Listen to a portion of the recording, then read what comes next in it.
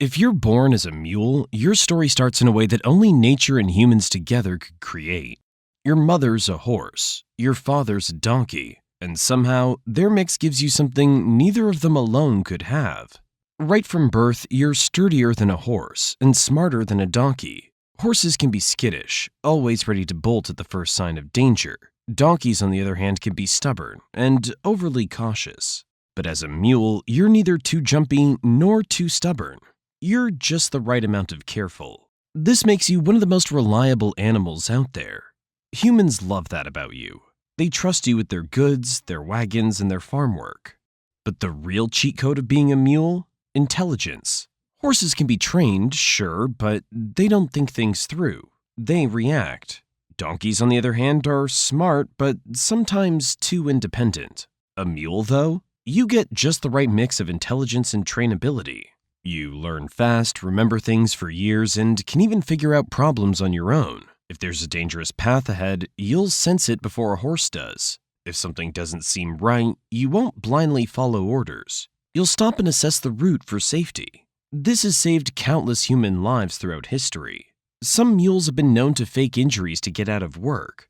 But there's something bittersweet about being a mule. You're sterile. Almost all mules are born without the ability to reproduce. That means no family, no passing on your genes, no chance of leaving a legacy. If you're a mule, your bloodline ends with you. This happens because horses have 64 chromosomes, donkeys have 62, and mules end up with 63, an uneven number that prevents proper pairing during reproduction. You could be the strongest, smartest, hardest working mule on the planet, and it wouldn't matter. There won't be any little mules running around to carry on your legacy. You exist because humans made you. Without them, there wouldn't be mules at all. And that means you depend entirely on people for survival. Unlike wild horses that can run free or donkeys that can adapt to harsh environments, you don't really have a place in nature. If humans decided tomorrow that they didn't need mules anymore, your kind would slowly disappear. And let's talk about endurance. Mules are basically the superheroes of the equine world. Horses might look strong, but their legs are fragile. A bad step can end their career, or worse, their life. Donkeys are tougher, but they're small and not built for speed or heavy loads. A mule, though? You get the strength of a horse with the bone structure of a donkey, which means you're not just powerful, but also incredibly sturdy. You can carry more weight than a horse of the same size, and you can do it for longer without breaking down. That's why mules have been used for centuries in some of the toughest conditions on Earth. But for all your strength and intelligence, there's one thing you'll never have: a herd of your own. If you were a horse, your life would be completely different. Horses live in structured herds, shaped by a strict social order and ruled by a lead stallion. The lead stallion fends off wolves and protects the young. If you were born a wild horse, you would start as a low-ranking member, sticking close to your mother and learning the rules of the group. As you grew, you'd test your limits, challenging others and finding your place. One day, when you were strong enough, you'd leave. Young stallions don't stay with their birth herds forever. They form bachelor groups, roaming the plains with other young rebels like themselves. You'd spend your days sparring, chasing, and sharpening your instincts.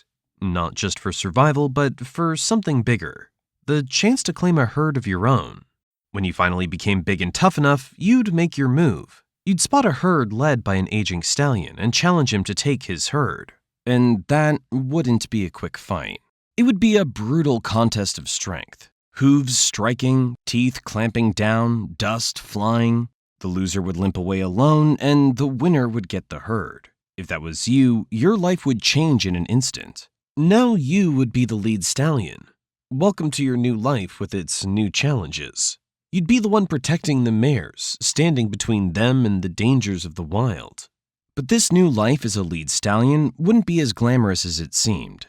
Every day would be a battle, defending your herd, finding food, keeping the group moving, and staying ahead of dangers. Your opponents would range from predators to ambitious young stallions eager to take your place. Your mares would mostly keep to their roles, giving birth, caring for the young, and watching as you threw down in fights. The stronger you were, the longer you'd hold on to your herd. But the older you get, the harder things become. Over time, your body would slow, your kicks wouldn't land as hard, your hooves wouldn't move as fast. And one day, a younger stallion would stand before you, full of energy and ready to take whatever was his. You'd fight because that's what stallions do, but the battle wouldn't go in your favor. Your body wouldn't keep up, and just like that, you'd be defeated. The mares would turn away, following their new leader without a second glance. For the first time in your life, you'd be alone. You'd wander the land you once ruled, searching for food and searching for warmth. The nights would be colder without the herd to huddle with. You used to lead them to shelter, pressing together to block the wind. But now, there would be no one to share the warmth. Winter would come and the land would grow barren. Your old bones would ache as you climbed the hills, looking for something, anything to keep you going. And then you'd see it. A dark shape moving through the trees. A wolf. Maybe the same kind you once kicked away with ease. But now you'd be too slow, too weak. And for the first time, the wolf wouldn't back down.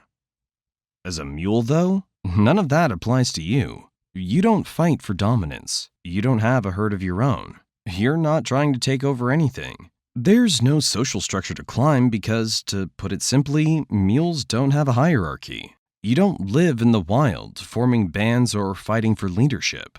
You don't challenge other males for control of a group. Instead, your life's built around human demands. You carry loads, pull carts, and work the land.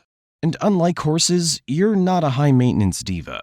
Horses need special diets, constant hoof care, and regular checkups to stay healthy. But you? Food is simple. You don't need fancy grains like horses do. You can survive on rough forage, dry grass, even stuff that most other animals would turn their noses up at. You've got a hearty stomach, and that's a good thing, because nobody's going to spoil you with a treat. You don't suffer from as many common equine diseases. Your hooves are tougher, which means you don't always need horseshoes. Your skin is thicker, so flies and other pests don't bother you as much. You're built to survive with minimal fuss. And finally, let's talk about your purpose in life. Most animals, even working ones, have a role beyond just labor. Horses might race or be bred for companionship. Donkeys can be pets or left to live wild. But mules? You exist to work. You're born because someone needed a strong, durable animal to carry loads or plow fields. You work until you can't, and when that happens, you're often replaced. And in the end, maybe that's the biggest trade-off of all. One day, the work will end.